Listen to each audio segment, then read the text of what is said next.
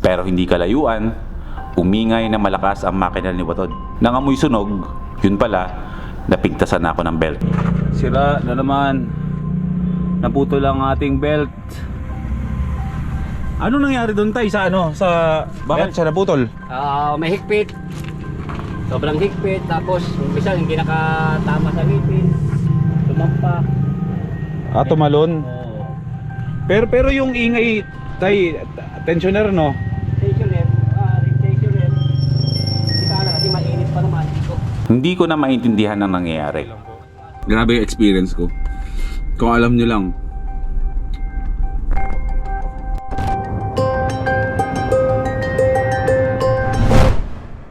Konti lang mga gasolinahan ditong 24 hours. Sige, kalahating tangke ko naman ang tinakbo is nasa 320. Ang laban lang kasi ngayon puro to akyatin. Okay, tamo ngayon yung alarm clock ko, mas nauna pa ako gumising. Jacket tayo at napakalamig. Shout out sa aking jacket, Golden North Clothing Line. Mga ethnic na mga jacket pa. Siyempre J3D pa rin tayo. Pero siyempre hindi na rin ang Golden North Clothing Line Parang pang Pilipino na Pilipino, pang Pilipinas na Pilipinas yung datingan. Let's go, cellphone, wallet, GoPro. Ito pala yung GoPro ko, ginagamit ko, ang bot. 398 kilometers lang pala. Alauna ng hapon na dun tayo. Welcome back to another episode ng biyahe natin kasama si Watod. Pusilak na ang araw. Bye-bye! Bye-bye, Lord Ford! At sa pagpapatuloy ng biyahe natin kasama si Watod, 5 AM na, biyahe na tayo. Papunta na tayo ng Allenport. Try na natin makatawid ng Sorsogon ngayong araw na to. Alas 5 pa lang na madaling araw mula dito sa Liloan Port ay babiyahe na tayo. Iba ang satisfaction na habang binabaybay ko ang coastal road ng Matnog. Malamig ang simoy ng hangin. Ako lang ang dumadaan. Payapang kalsada, payapang kaisipan. Pinakita akong pwedeng Lumiliwanag na. At dahil malapit ang lugar na to sa port, sigurado akong merong makakainan dito na nagbubukas na maaga. Maganda vibes na nakita ko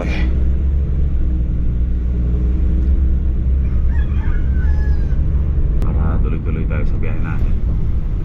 Gagawa ng hot kape muna.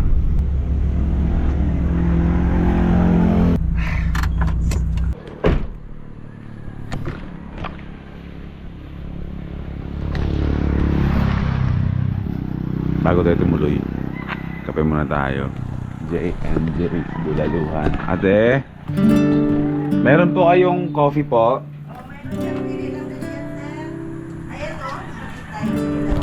Ito. O sige. Ano ko po? Coffee ko black. Isa. Ano yung mga breakfast nyo? Ay, adobo. Ano po yung may sabaw na yung kumukulo, te? Bulalo. Aga ko mang bulalo. Coffee ko black po. Ito yung mga breakfast na ulam. Volcanic hot. Ano po ito? Pinakurat? Hindi. Hindi, sir. Magkano po ito? 150. Volcanic hot. Kasi sobrang init. Sobrang init. Sobrang anghang siya. Oo. Sige, bili ako isa nito. Uwi ko sa Luzon. Magkano po yung bulalo? Parang ang aga ko magbulalo 80. Sige.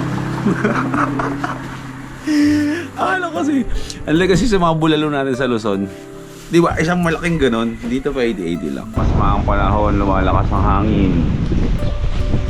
Okay lang kahit umulan na malakas. Hindi naman tayo mababasa. Ayan, sasandok natin. Ay, patingin. Sabaw lang yan eh. Ayan.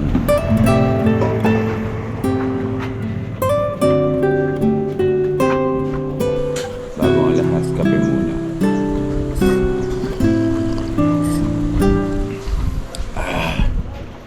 Bagay na bagay sa nagbabadya masamang panahon. May bagyo ba, te?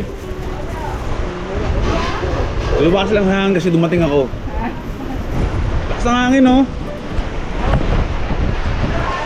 Boom!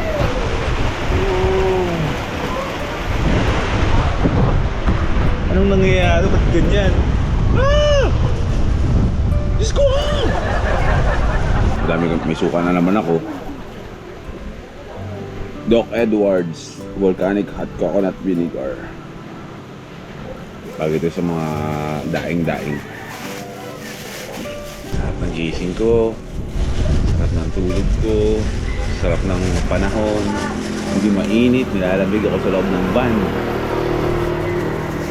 Van life, let's go! Pagdating ko ng Maynila, bilang kutsara at saka pinto.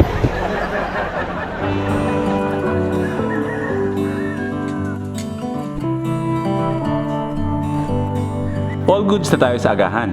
Tuloy na natin ang biyahe.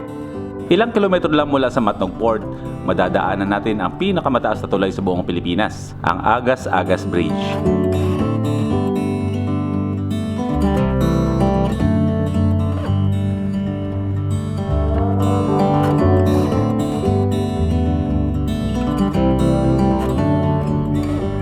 Tumabi muna ako sa dulo ng tulay.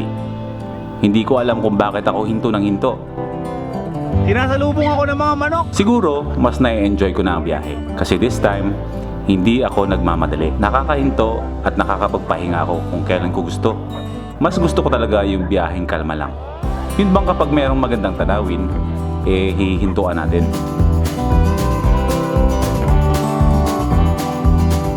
Mga 30 minutes din ako tumambay muna dito. Pagkababa ng bundok, doon ako may naramdaman na kakaiba kay Watod. Stop over muna tayo. Si Watod, humihiyaw-hiyaw, parang lumuwag yung belt niya. Kada piga ako ng gasolina, sumasabay yung hiyaw. Hindi naman siya tulad nung tunog dati nung nasira yung bearing. Papas ko na dito, sakto, hindi pa kalayuan, medyo naririnig ko. Tinawagan ko na rin si Sir Plus TV. Belt, baka belt nga. So sabi dito, pinakinggan, baka maluwag na yung belt. Sige, tignan natin kung ano. Pero ayokong bumiyahe ng ano kasi may naririnig ako. Medyo kinakabahan ako. Pero palamigin lang daw at bubuksan yung makina. Sisilipin lang kung baka maluwag nga yung belt daw. Palit belt. Kailangan nating makarating ng Tacloban na hindi siya bumibigay. Oh my god. Sige. Pwede pa naman daw. Hindi naman siya ganun ka-ingay. Kaso nakaka-praning ba?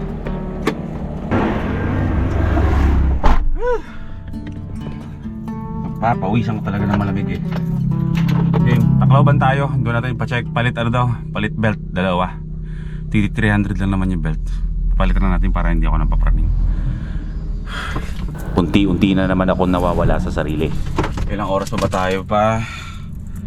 Tacloban.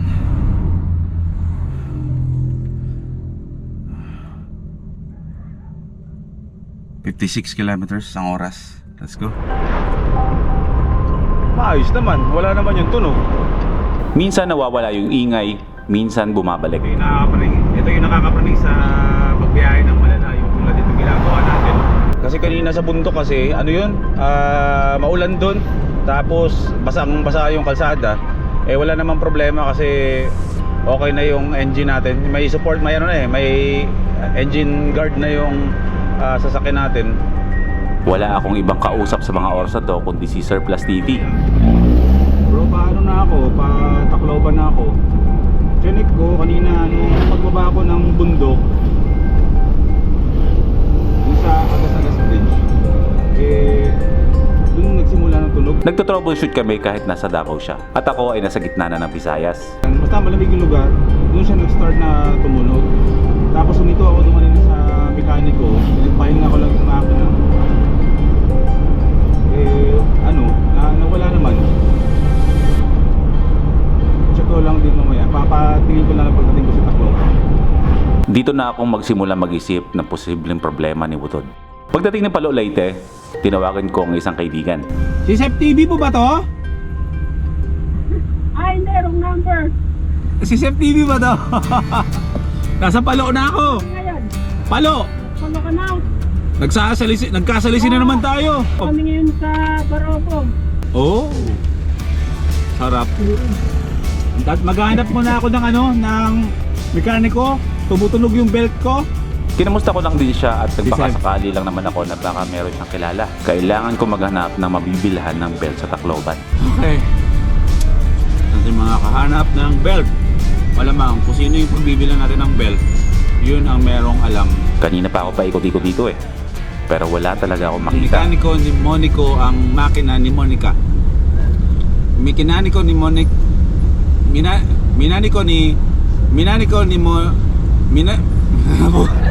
Hanggang sa merong nakakilala sa akin. May hulog ng Diyos dito na first timer. Sasamahan niya tayo kung saan tayo bibili ng belt. Kanina pa ako paikot-ikot dito, siguro mga ano na. Kanina pa ako paikot-ikot dito. Buti na lang kahit saan tayo magpunta may nakakilala sa atin. Laking tulong din. Bro, ano pangalan mo bro? GP. Shoutout kay bro GP. Tinulungan niya tayong dalhin dito sa mga sakutan ng mga multicams. Nakahanap na ako ng bagong belt para kay Watod. Talaga? Tinanong ako ng mekaniko kung nagpalit ba ako ng tensioner bearing. Di ba nagpalit ka ng Nagpalit na ako niyan? Nagpalit na. Pero may duda silang tensioner bearing ang problema ni Watod. Meron ako nito eh. Eh ako naman, tiwalang-tiwala na okay ang tensioner bearing kasi nga nagpalit ako sa katiil eh. Taga-ayos naman kakapon. Bro, anong pangalan mo bro? Jenggoy. Kuya Jenggoy naman ngayon ang mag-ayos. Papalit lang siya ng belt.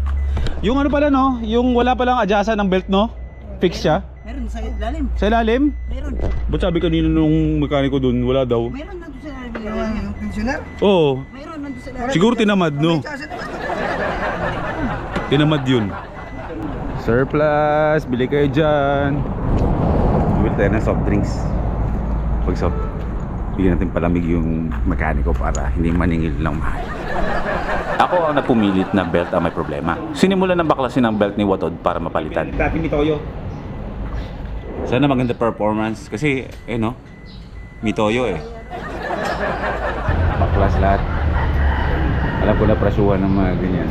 Kapag ang mekaniko mo gumapang na sa ilalim ng sasakyan mo, asahan mo magre-ready ka na. So sa mga next na biyahe natin, itong dalawa ang babaunin natin. Itong tensioner bearing at saka belt. Dapat meron tayong baon palagi ng ito para kapag sakali man na umingay ulit, mekaniko ang hanapin natin. Hindi na tayo hahanap pa kung saan ba meron, no? Baon-baon natin sa biyahe natin. Pagkatapos ng mga isang oras, natapos na ang pagpalit ng belt. O paano? Salamat, sir. Ito, hulog ng langit sa akin to. Ikaw hulog ng langit sa kanila. Salamat bro sa time. Sinamahan talaga ako mula sa oras na nakita niya ako hanggang sa matapos yung van. Tuloy na tayo sa biyahe pa. Allenport na tayo. 5 hours pa mula dito. Gabi na tayo makakarating. Pagdating sa Samar, lubak-lubak tayo eh. Tuloy tayo sa biyahe. Bye-bye, Tacloban City! Tatawid na tayo ng San Juanico Bridge. Hindi ako makapagpalipad ng drone! Naubat yung phone ko! Life is a winding road, no telling where it goes. Driving through days and nights, won't stop for traffic lights. And Nakatawid na tayo ng Samar at habang binabaybay ko ang kahabaan ng kalsada, tumitingin-tingin ako ng mga pwedeng mabiling pagkain. Pinya. let's figure out where the road goes. Magkano po ang saging? Ito? Ah. Yung sa yung hinog na, oh. Magkano? 50? Oh, sige. 60? Oh. Napanatag na ulit ang loob ko dahil naayos na si Watod. Pero hindi kalayuan, umingay na malakas ang makina ni Watod. Nangamoy sunog, yun pala, napigtasan ako ng belt. Sira na naman. Naputol ang ating belt. Ano nangyari doon tay sa ano? Bakit siya naputol? May higpit. Sobrang higpit. Tapos, umpisa hindi nakatama sa ngipin. Tumampak. Tumalon. Oo. Pero yung ingay tay, tensioner no? Stationer. Stationer.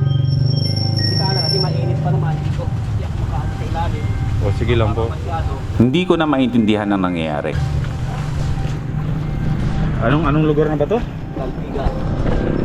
Calbiga, nasa barangay Pulanggi, Calbiga, Samar. Tumirik ang ating watod. Putol nga. Dito yung station rin. So mali ang pagkakabitay. Natutuliro na ako. Kung ano ba talaga ang nangyayari sa sasakyan natin. 600 po. Buti na lang merong to the rescue dito si tatay. Aminado naman talaga ako na wala akong alam sa makina ng sasakyan. Ang mali lang sa akin, wala na nga akong alam, nagmamarunong pa. Kung ano man to, hindi tayo abot ng Allenport Buti na lang, tumirik ako sa mismong bayan at hindi sa kabundukan. Nagtanong-tanong ako kung meron ba silang kilalang mekaniko. At swerte naman natin na meron. Ay, uwi ka sa bahay. Saan po yan, parang ipipress mo? Iriripak ko. Oo. Si Kuya Boy ang pinakakilalang mekaniko sa bayan ng Calbiga, Samar. Siya lang naman ang rumirescue ng mga sasakyan na tumitirik at yung mga naglalakihang truck sa lugar na to. Naayos na niya ang belt kahit anong gawin ni Kuya Boy, maingay pa rin. Yung alternator po natin, good siya. Good yan. Nag-brown siya ng... Kasi pag maingay ito, dito pa lang, marinig mo na rinig. So isa lang ang ibig sabihin nito, yung tensioner bearing ko na bagong kabit sa katiil, bumigay. Iisip ko talaga kanina, hindi ako matutulog talaga ako dito ng overnight kasi parang ang naisip ko is sa Tacloban pa kasi bibilin yung mga pyesa ba. Hanggang sa na-confirm na tensioner bearing nga ang sira ni Watod. At least ngayon may linaw na. Ang problema, malayo na tayo sa Tacloban. Wala akong mahiraman na motor. Wala rin ako mapakiusapan kung sino ba ang pwedeng humabol sa mga shop ng Tacloban. Dahil 1 oras na lang, 5:00 na. Magsasara na ang mga shop. Hanggang sa nabigo tayo, dito tayo magpapalipas ng gabi. Habang stranded ako sa Samar, hindi ako pinabayaan ni Surplus TV. Lagi niya ako tinatawagan at hinihinga ng update. Ang ginawa ni Surplus TV, nag-post siya sa mga groups ng minivans. 7 PM, nandito pa rin tayo. Bukas pa rin yung makina ni Watod. Ginawa na ng lahat ni Kuya Boy, yung may-ari, yung mekaniko. Ginawa niya na lahat ng paraan, nagawa naman niya. Pero yung simula lang talaga sa tensioner, lahat-lahat ng mga nangyari. Shoutout kay Bro Dodong Lagan ng Surplus TV. Bro, ang laki na natutulong sa atin ni Surplus TV, promise. Hanggang dito, nasa Visayas na ako, nararamdaman ko pa rin yung suporta niya. Kasi meron siyang kaibigan na may-ari din ng minivan from Tacloban. 1 oras ang layo nun mula dito. Pagka-out niya sa trabaho, ihahati dito yung pyesa para kay Watod. Maraming salamat sa mga tumulong talaga sa mga hassle, mga ganito, mga aberya na nangyayari. Ang laking tulong na may mga kaibigan tayo kahit sa ang sulok dito sa Pilipinas na kapag may mga ganitong aberya, tumutulong. Talagang sumasalo sila, mahulog sila lahat ng langit. Pagod na ako. Hindi ko talaga matago na pagod na talaga ako. Pagkatapos ng paghihintay ng ilang oras, may dumating na minivan na kulay dilaw. Ang ginawa ni Surplus TV, nag-post siya sa mga groups ng minivans na baka merong malapit sa akin na merong available na pyesa. Siya ang nakontak ni Surplus TV para magdala ng pyesa na kakailanganin natin. May pyesa na tayo. Tinawagan ko na ulit si Kuya Boy para maikabit na. Finally, maayos na naikabit ang bagong parts kay Watod. Pati yung belt na itono na din. Pero wala na yan dahil wala nang ingay. Ibig sabihin niyan, nakaalay na siya. Makakauwi na ako tayo, no? Oo, siyempre. Halos 5 oras tayo na stranded dito. Pero sa wakas, wala na tayong inaalala. Buo ang loob ko sa trabaho ni Kuya Boy. At nagpasya na rin ako na dito na rin ako sa kalye magpapalipas ng gabi. Meron kasing area na hindi safe daanan sa gabi papuntang Tacloban.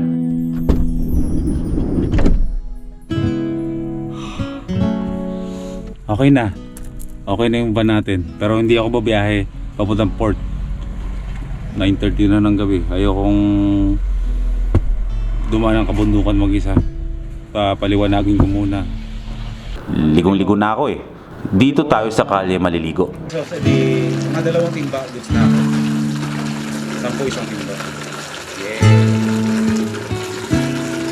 Ano bro, no? Fresh water daw, no? From the mountain. Yan o, dito tayo maliligo. Kalye. Kalye. Dito tayo maliligo. Ganun talaga ang buhay natin.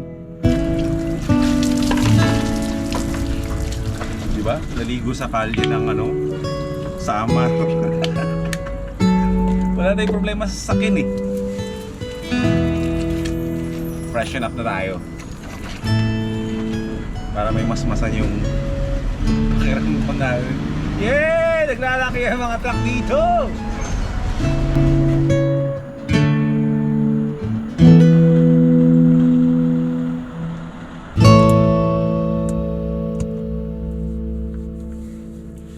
Kinabukasan, mas nauna na naman ako nagising sa alarm clock. Biyahe na tayo. Lord, ingatan mo kami sa biyahe. Gusto ko nang umuwi. Yung natirang saging na binili ko kahapon, yun ang agahan ko.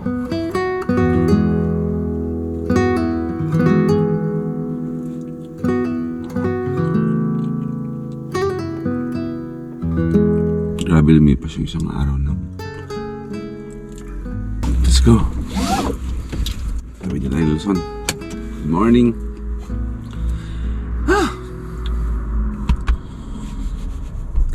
Kaya natin tumatod. Uwi tayo.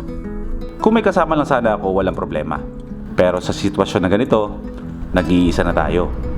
Bagamat mahirap, pinili kong tanggapin ang sitwasyon na kailangan kong matuto na nag-iisa.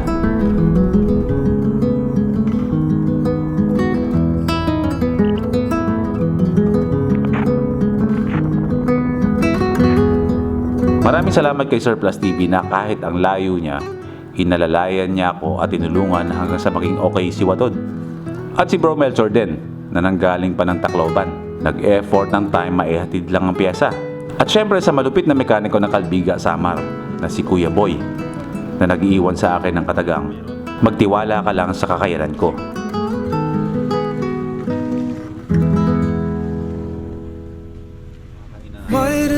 Sa wakas, narating na natin ang Allen Port. Bago sumakay ng barko, kumain muna ako dahil nanginginig na ako sa gutom. Sana may makuha tayong barko na mas maaga. Tapos na ang Hampas Loopers sa loop nila sa Catanduanes. Nangihinayang ako sa tola. Naiingit ako. Pero, duwali, mag-ras back tayo dyan sa Catanduanes. 'Cause you don't know me by name. You don't know me by name. It's like you don't know me by name. Order ako ng Paris.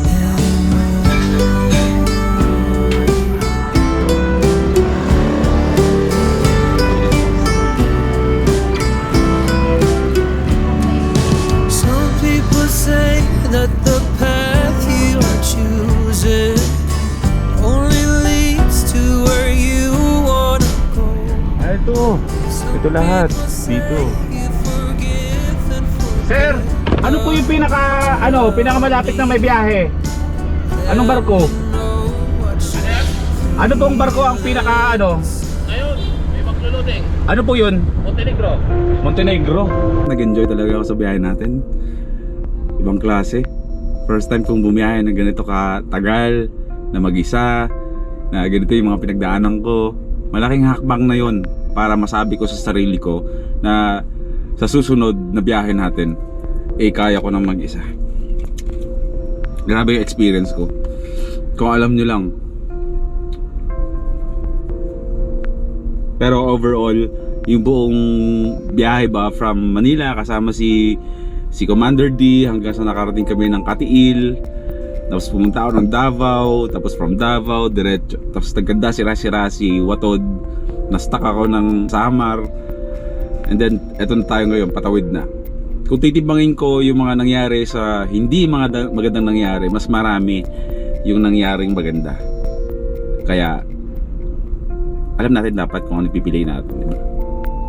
Doon tayo sa mas magandang nangyari. Mas maganda ang impact mo sa buhay natin, sa sarili natin. Salamat na lang talaga din kay Prisha, kay Girl P, na talagang may mga moment talaga ako na naiiyak-iyak na ako kasi takte na napakahirap pala bumiyahe mag-isa. Pero alam mo yon, si Prisha never siyang sabi niya wag kang iiyak, never siya nabi, normal lang siya. Talagang pinupush niya ako na mahal, kaya mo yan, kaya mo mag-isa, masasanay ka na dyan, yan na yung mga pinagdadaanan. Kaya sabi ko, eto na, patawid na tayo ng Luzon, rock on tayo sa susunod na biyahe natin mag-isa. Kayang-kaya ko yung Philippine Loop na yan. Excited na ako makauwi. Gusto ko na makita yung anak ko, gusto ko na makita yung pamilya ko, gusto ko na makita yung mga shop, gusto ko na makita yung mga motor ko. Grabe, sarap.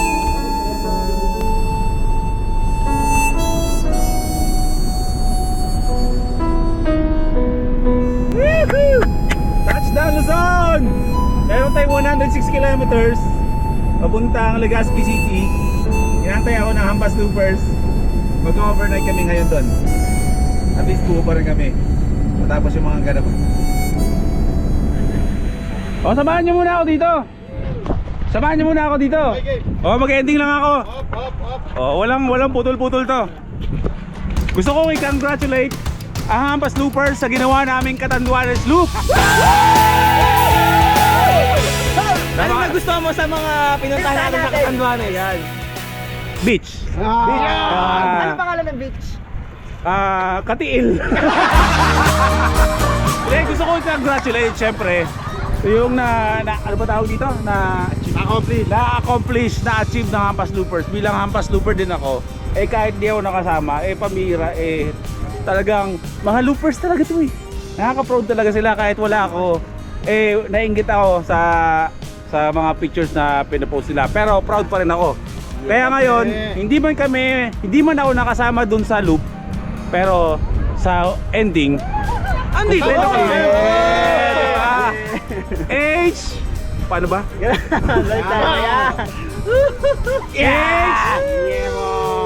Ito pala, HL na to. So yan lang. So, ayan, gusto ko lang magpasalamat sa inyo lahat sa pagsubaybay ng buong series na to ng biyahe.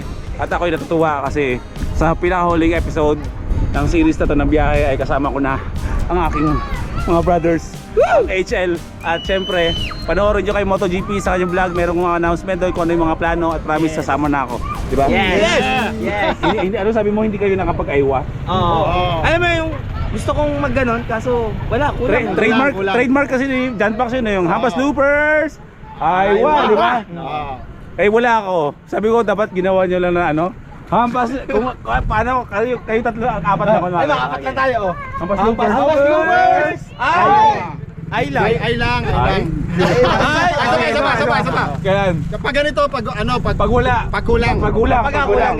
Sige. Hampas Loopers! Ay! Ang pangit, di ba? Sige, tatapusin ko na. Kami dito ay mag-enjoy lang muna, magpapahangin at bukas magsisiuwiin na kami sa mga kanya-kanya ng bahay. Maraming salamat. Maraming salamat sa suporta. Siyempre, sa suporta sa HL. Good night na, bye-bye na. Mag-iinom pa kami. Joke lang. Tubig lang. Bye-bye! Aywa! Hampas Loopers! Okay. Okay, sabay. Hampas Loopers!